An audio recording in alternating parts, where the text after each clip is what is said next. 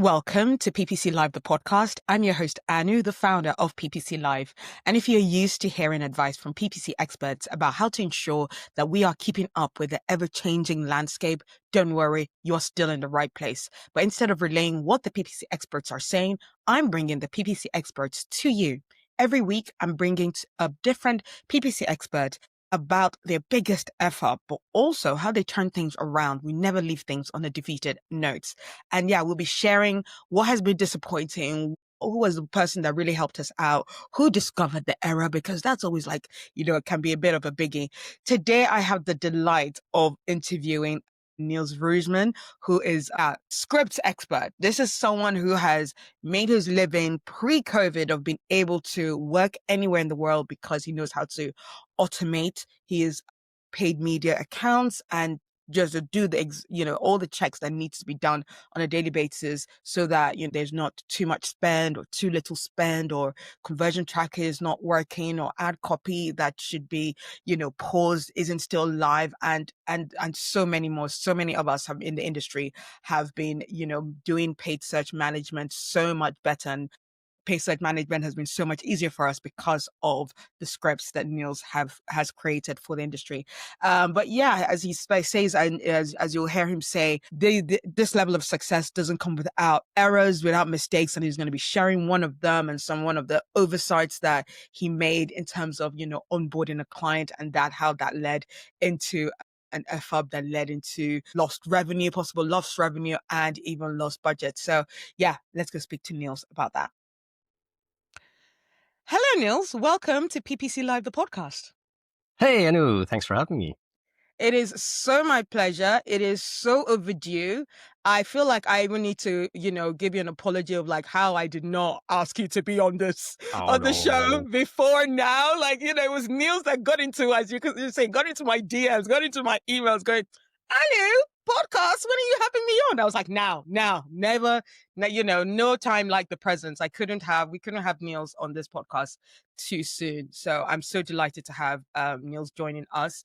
Nils, for those who have been living under a rock and you don't know for some reason, because Nils is pretty much everywhere. He's a very enthusiastic search specialist who specializes in PPC automation and Google Ads scripts. Sorry, no one specializes in scripts the way Nils does, and you're so generous with the scripts you've created. A lot of people follow it, a lot of people use it in especially our PPC chat, our lovely PPC chat community. I know several people have gone, that Nils script, I need to use it. Or if someone has an issue, someone's always saying, have you checked out that Nils scripts? That kind of thing. And we also even get that in the PPC Live WhatsApp group. As recently as last week, someone was like, I need a script to do this. And someone was like, have you checked out this script by Nils?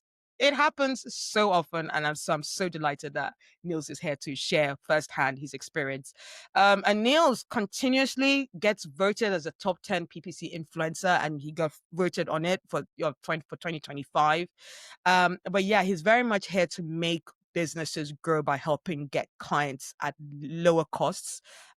He's also a speaker of several, industries. So I'm glad that Nils is one of those where our meeting has not just been online. We have met in person. We have met on the conference circuit, hung out just to share our ideas and how to do business growth. And yeah, as I mentioned earlier on, if you want a list of fantastic scripts to go to his website. It's at nilsrooijmans.com. That's NILSROOIJMANS.com. And you'll be able to navigate to some of Nils' best scripts. So I wanted to give a very fitting introduction, Nils, because you've done so much. But yeah, thank you. How does that sound? Do you feel like you've done a lot in this industry, the way it sounds? Sounds great. Yeah. I made a lot of mistakes, actually. That's why exactly. So no need to apologize for not inviting me, because I assume you thought that scripts wouldn't make any mistakes, and since I've automated everything there, luckily, a lot of mistakes, and I'm also trying to share all these learnings from the mistakes through my newsletter, so that the other PPC professionals don't make the same mistakes as I did. So I actually love the idea of your show and the fact that, the F-ups, I think it's a great idea. So yeah. That's amazing. I'm so glad.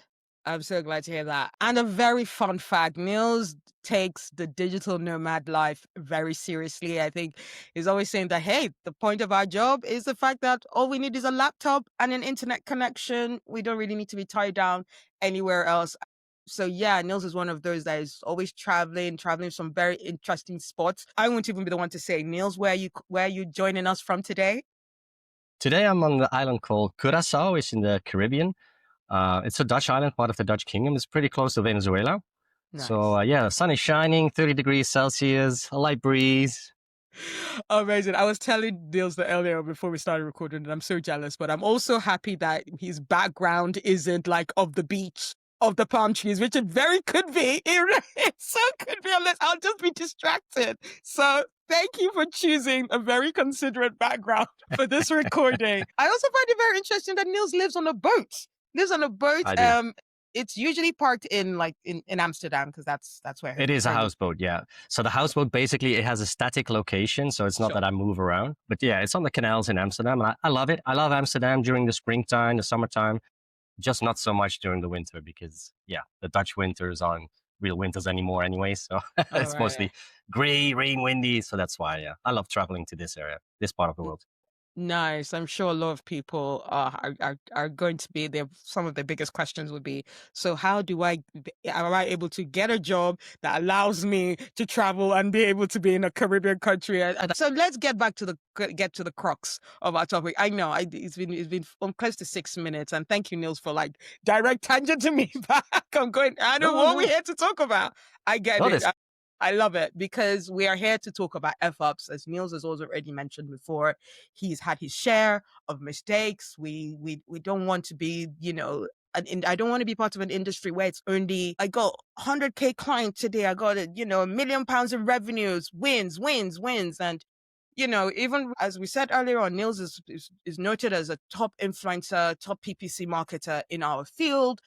Despite all the errors does not block you from being very good paid search marketer and someone who's going to always be after your clients' revenue and always trying to push your clients' revenue further.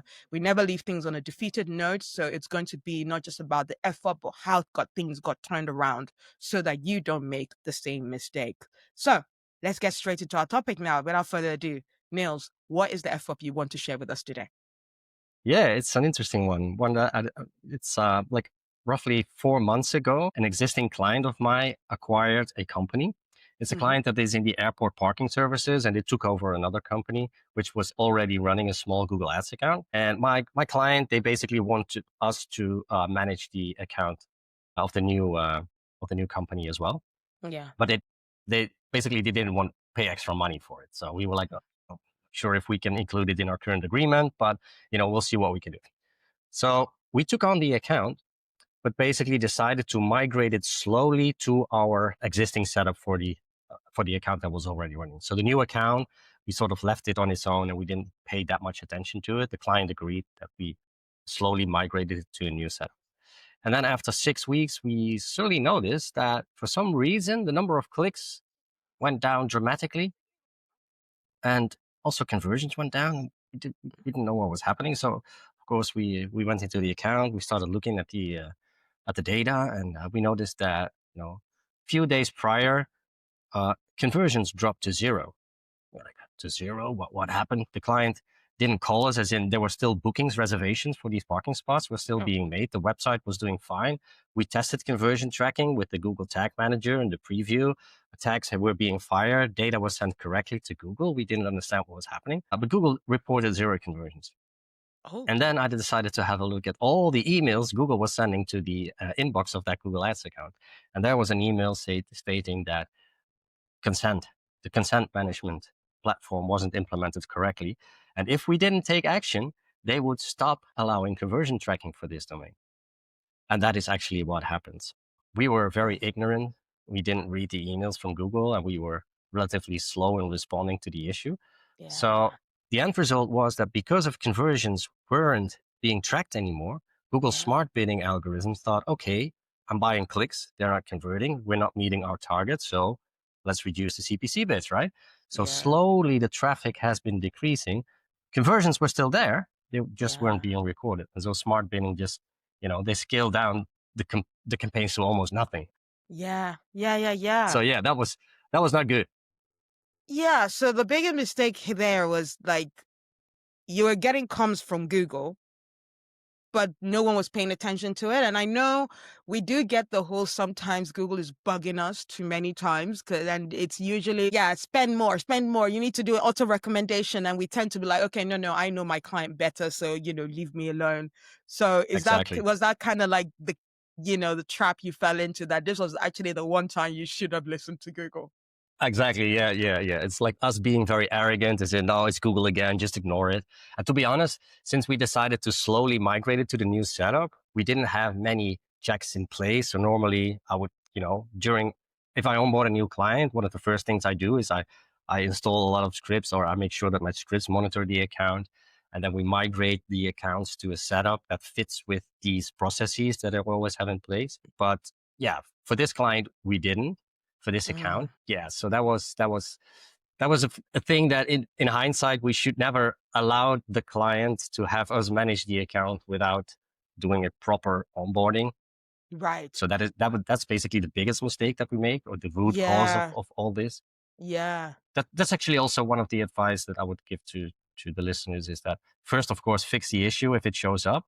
But then I always like to do a root cause analysis of what happened and why it happened. And so during this root cause analysis, I always ask myself the why question 5 times. So why did the ad spend go down? Why did the number of clicks go down? Well, it was because there aren't any conversions, and smart bidding decides to place very low CPC bids. Okay, so why weren't there any conversions? Well, that was because we didn't implement consent mode correctly. And why didn't we implement like that, right? As in, just ask 5 times, 6 times the why question, and then you will get to the root cause of things. And you can fix things on different levels. That's basically what we also did with this. Yeah, no. And why did you miss the email?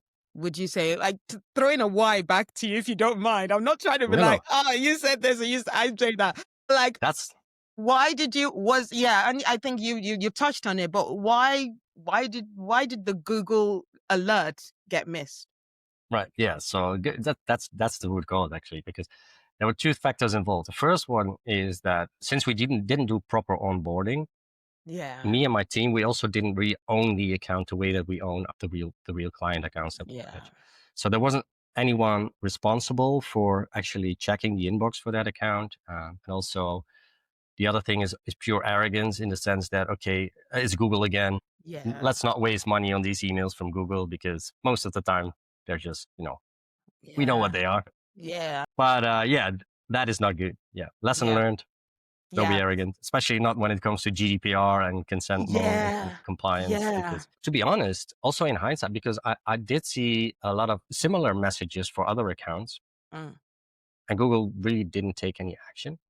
So we were expecting that Google would, we were migrating the account slowly, like I mentioned. We thought, oh, well, we'll have another 3 months, and then the website will be good. Our account setup will be like the way we want to manage the account. So that issue will be gone, because setting up consent mode is also part of the onboarding.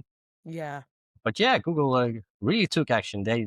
I think the European Union decided that, Google, you should start enforcing it now. Yeah. And so they did. Yeah.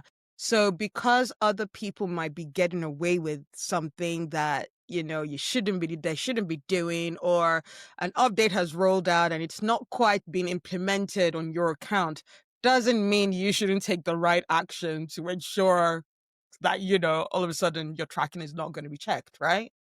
Right. Yeah. Yeah, exactly. So yeah, let's go. Sorry, go on before my next. Yeah, so that's also another one, because one of my standard scripts, or one of my favorite scripts, of course, is monitoring conversion tracking. Because conversion tracking it's one of the most important things in Google Ads accounts these days, because we're all running smart bidding, and smart bidding, if conversion tracking is off, smart bidding goes haywire, right? Yeah. So I always run a Google Ads script that monitors the conversions and the conversion value. And if there is a significant change in what is expected based on historical data, I get alerts so that I know immediately if things are broken.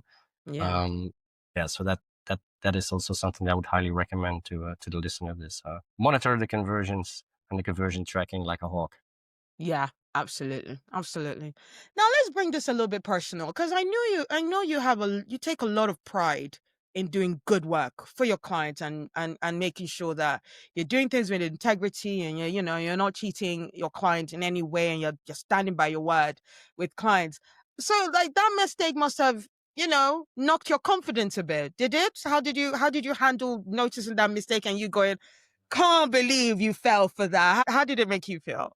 Oh, I'm terrible with that. You're right. I really take pride in not making mistakes like these because, yeah, especially since I love to check all for things like this, the Yeah. script. So it really hurts when this happens. So my first reaction is to basically just, oh, I'm just going to hide. And I'm just like, but then of course, after a few minutes, like, oh no, I got to take action. I got to fix this as quickly as possible. So, Yeah. yeah. Luckily Yeah. for me, I already had a very good relationship with the client, but Good. well, no, this is actually also an interesting story because, okay, so my primary contact at the client is the owner of the business. Mm. So I literally picked up the phone. I explained to him what was happening. Last 2 weeks, traffic has been relatively slow on the website.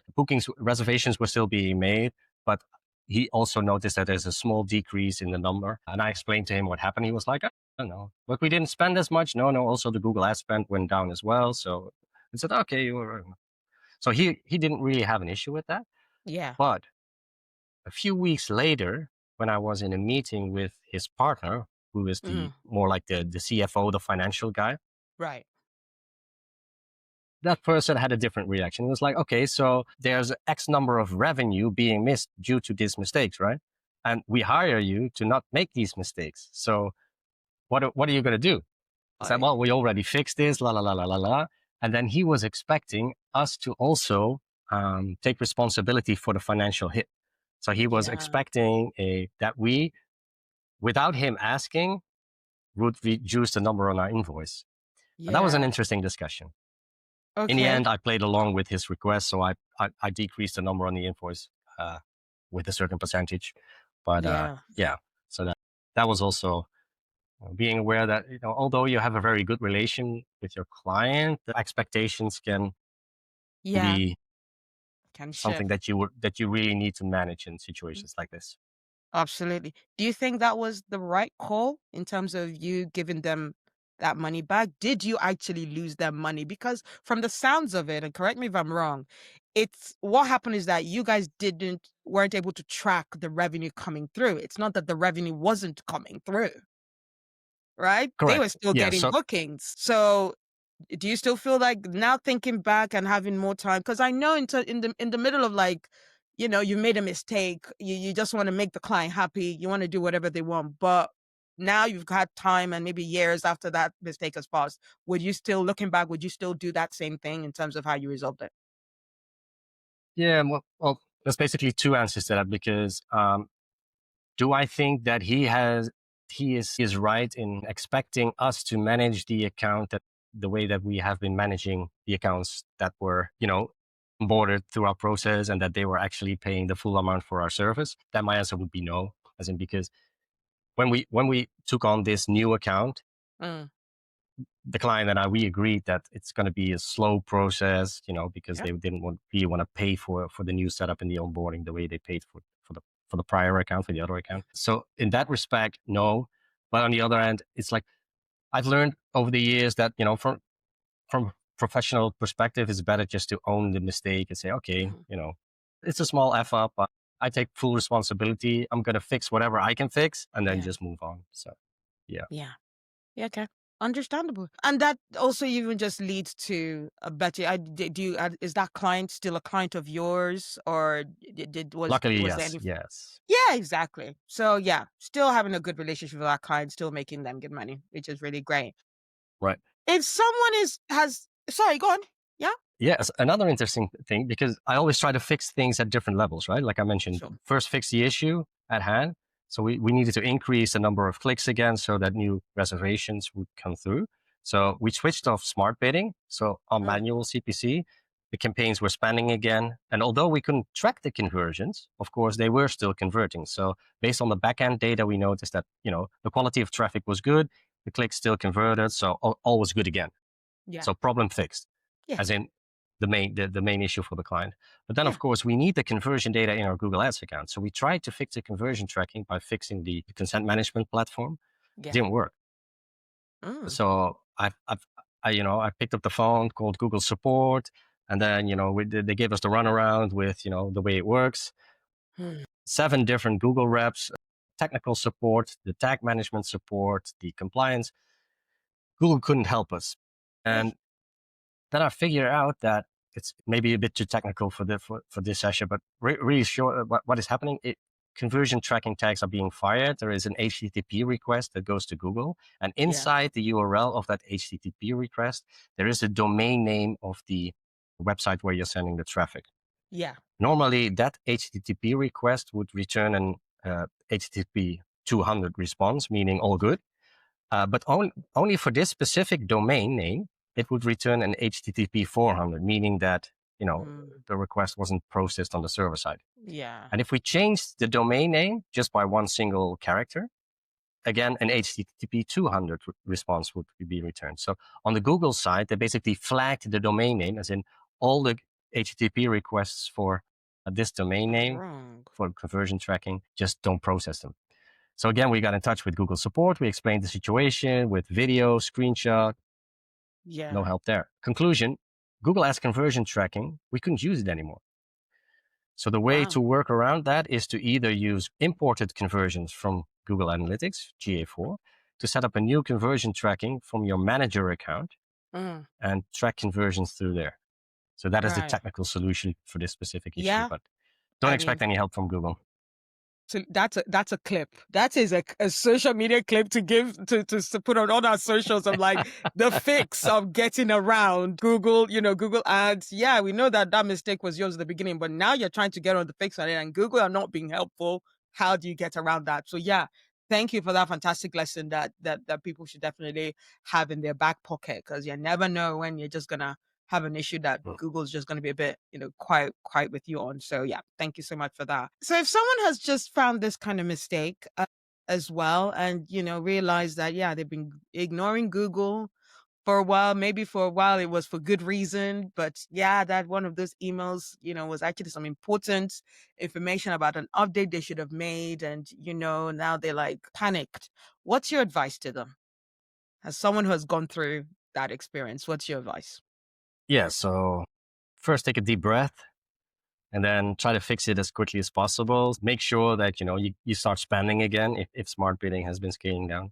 Yeah. Like I mentioned, just switch to manual bid for a while. Yeah. Fix the conversion tracking. And in the process, be sure to always stay, get in touch with the client first, explain the situation, make sure that the client is aligned. Yeah. Then fix it. And once everything is up and running, perform the root cause analysis. Ask yourself, why did this happen? Ask it 5-6 times. Why did that happen? Yeah. Okay, so why did that happen?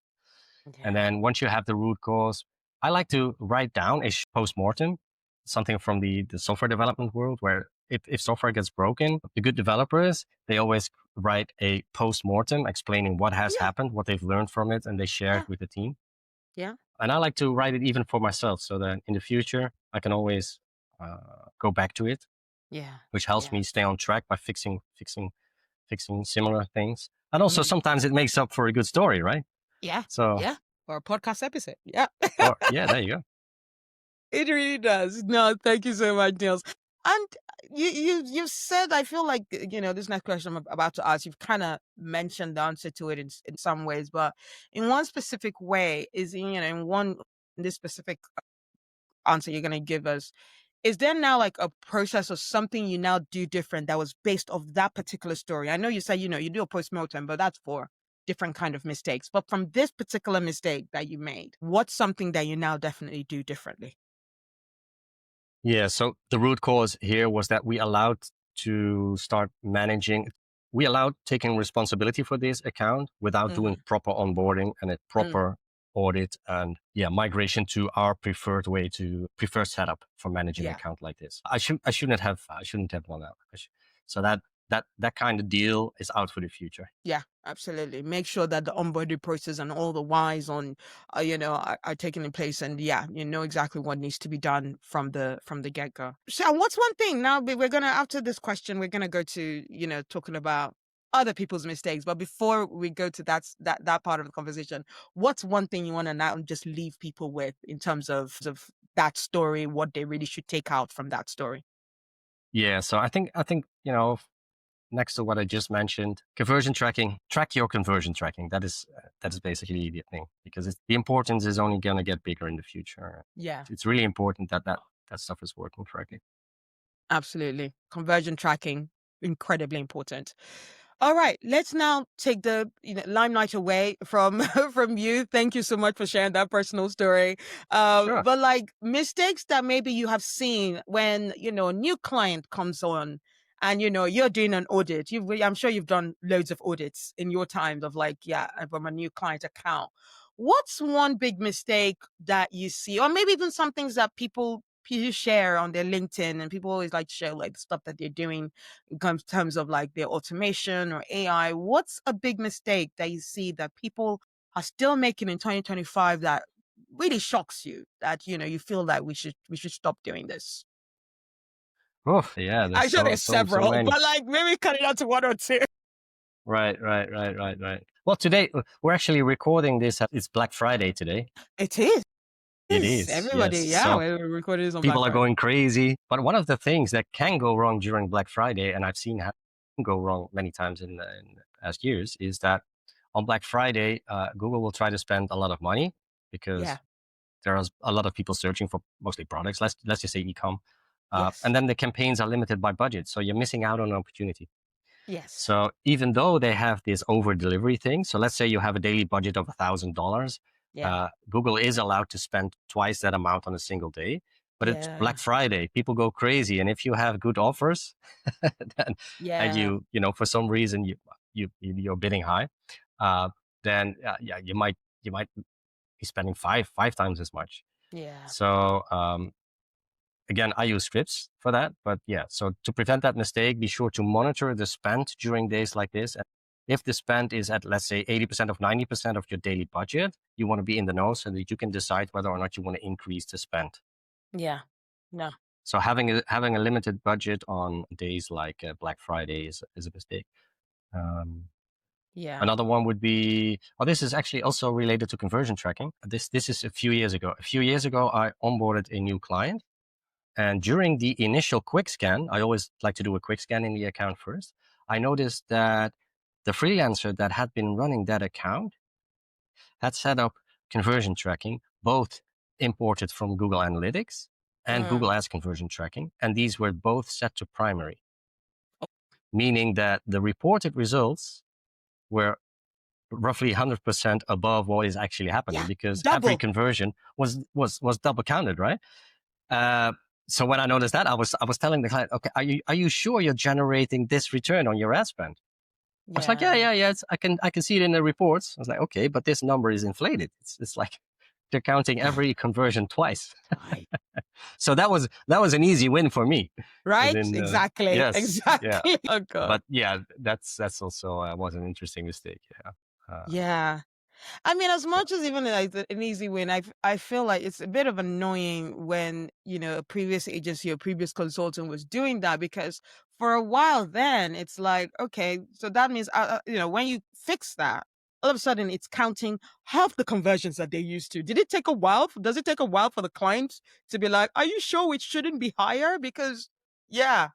You're absolutely right. You're absolutely right. But then luckily, I always say, okay, but look at the numbers in your own back office. Yeah.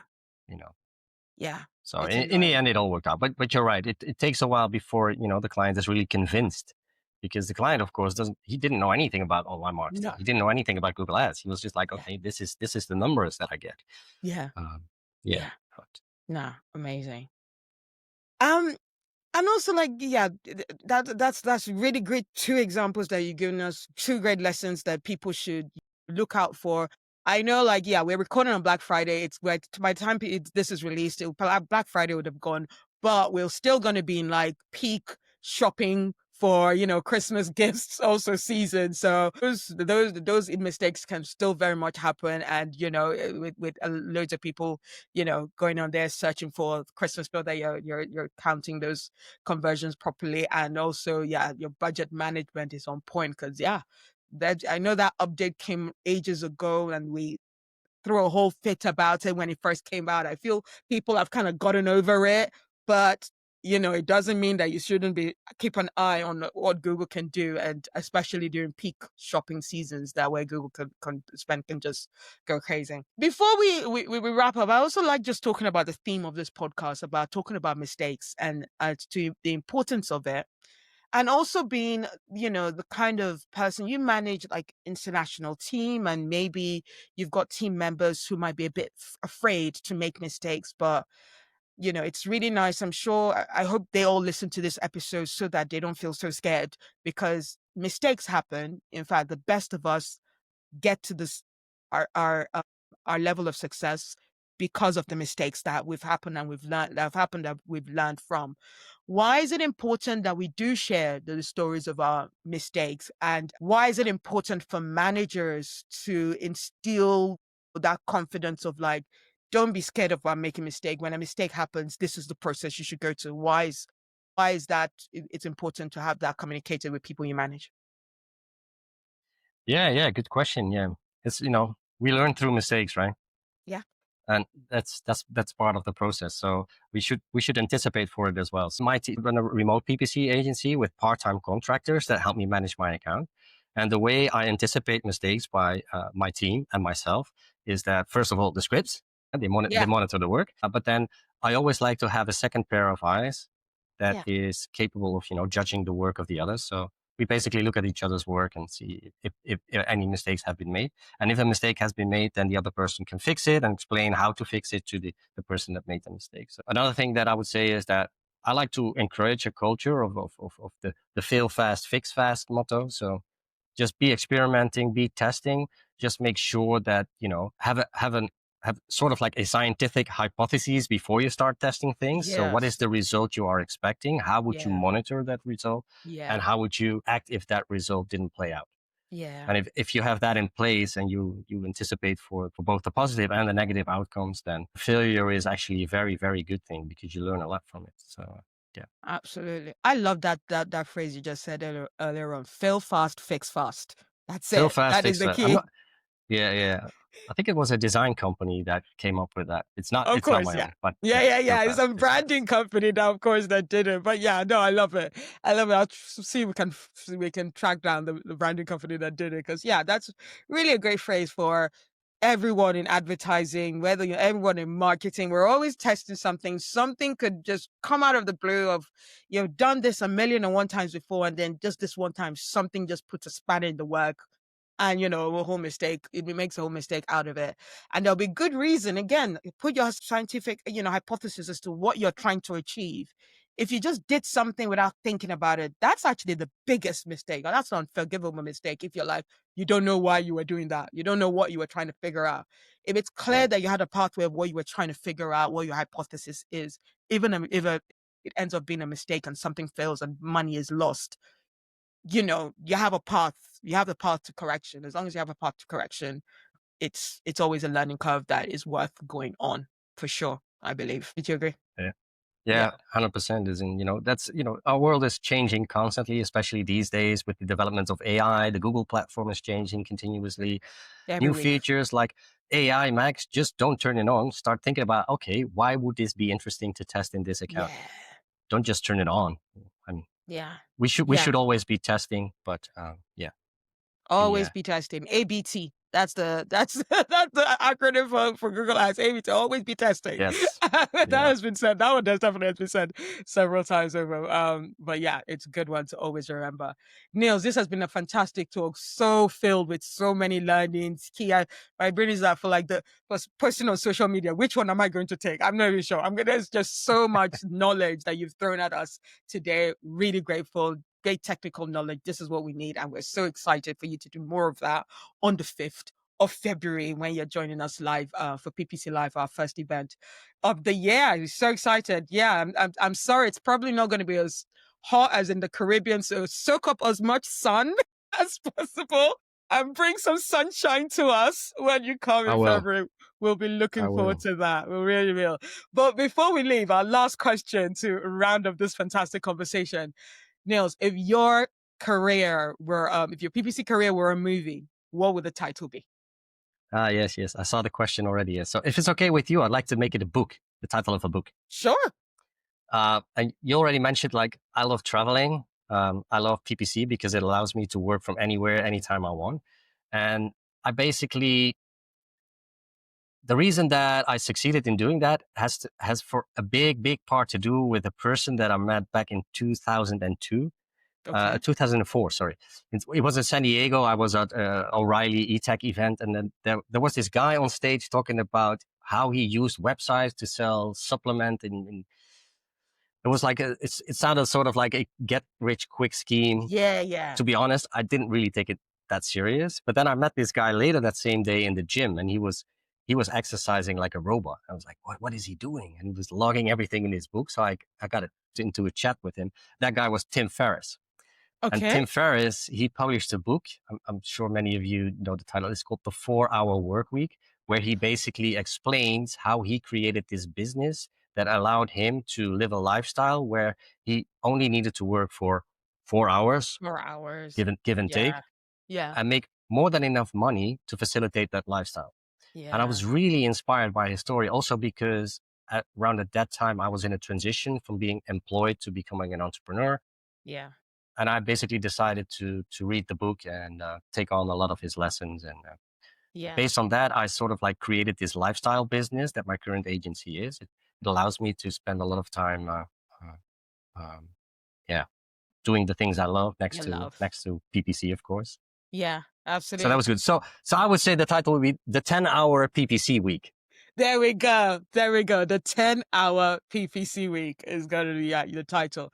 That sounds amazing. I'm sure you're going to be getting loads of people in your DMs now going like, oh my God, Nils, help me get on that 10-hour week. I want to do that as well. And yeah, I've not managed to, because I know we've talked about it and I was almost on that pathway as well, but I don't know why I like being busy. It doesn't make sense. Now I do have the events. It's very hard to automate doing events and doing them in person. That's a tough one. But events are much more fun. Yeah. I have a lot of fun doing it for sure. I like meeting our paid search experts who I've talked to online for so long in person and just see the passion they have for the industry and how they talk about how they're annoyed with Google or how they're, happy that something worked, and speaking to someone, oh my God, yes, I can do that. Or yeah, just being in the same room with other people that share your frustration, I think is like no other. You're going to see that. And you do that. You show up to so many of these events. So yeah, you know what it's like to be in these rooms, which is fantastic as well. Yeah, it's a lot of fun. We've come to the end of this. I know you and I could speak for like even hours on ends about so many different things. So I will do that on the 5th. So, but like just before you leave us, where can people find you, sharing many more of your fantastic tips on how to have like a efficient paid search account? Right. Yeah. So I send out daily newsletters. So my newsletter would be the best way to learn from my mistakes. Right. You can find it on my website, which is my name, nilsrooijmans.com, or just simple Google search for Nils and Google Ad Scripts, and you will find me. Yeah. Yes, you will. So thank you so much, Nils. It's been such a pleasure to have you on our podcast. And thank you. Yeah, if you guys have not heard me say this a million times already, Nils is going to be with us on the 5th of February. So if you want to have some follow-up questions to ask him, and you can ask him ask them to him in person on the 5th of February. So go to ppc.live to get your tickets. For those you're on early bird ticket sales right now, that will end really quickly. So make sure you get there soon. Anyway, without further ado, thank you so much, Nils. Bye. Speak to you soon. Cheers. Bye. Thank you so much, Nils, for that fantastic and honest, review of that experience that you had. That just shows us that even the best of us, even the script masters amongst us, do make mistakes. And yeah, remember, when you get those emails from Google, I know our instinct is just ignore them. I sometimes would even advise, ignore Google's advice. But if it's a subject line that keeps repeating about an update that will prevent your clients' accounts, conversion tracking from stopping to work, or that'll help you keep up to date with some new changes that Google is about to make. Yeah, make sure you pay attention to that so that you obey the rules and you ensure that your client's account doesn't get shut down. So yeah, don't listen to everything that Google says, but every once in a while, yeah, do check those emails that enter your inbox. For all the information and the full transcript, yeah, go to podcast.ppc.live to get the full show notes, the full details of everything we discussed, and resources that Nils actually even shared on the podcast as well. In regards to our PPC Live events, I am so delighted to share that, Nils, as I've already said several times on the recording, Nils is going to be joining us on the 5th of February to talk about his e-com scripts that he has created and shared with the industry and how to implement them. And he's also going to be joined by the fantastic co-founder of House of Performance, Kat Sale, who's going to be talking about loving your job, loving your work in paid search and still keeping on growing as despite all the AI revolution stuff that keeps on going on. And he's also going to be joined by Dave Alexander, who is from award-winning Impression, who's going to be talking about ensuring that you're getting those correct leads and how sometimes bad leads is not always a bad thing. I believe that's going to be the topic. But yeah, go to ppc.live to get all the details, the full details of all those talks, and to get your tickets.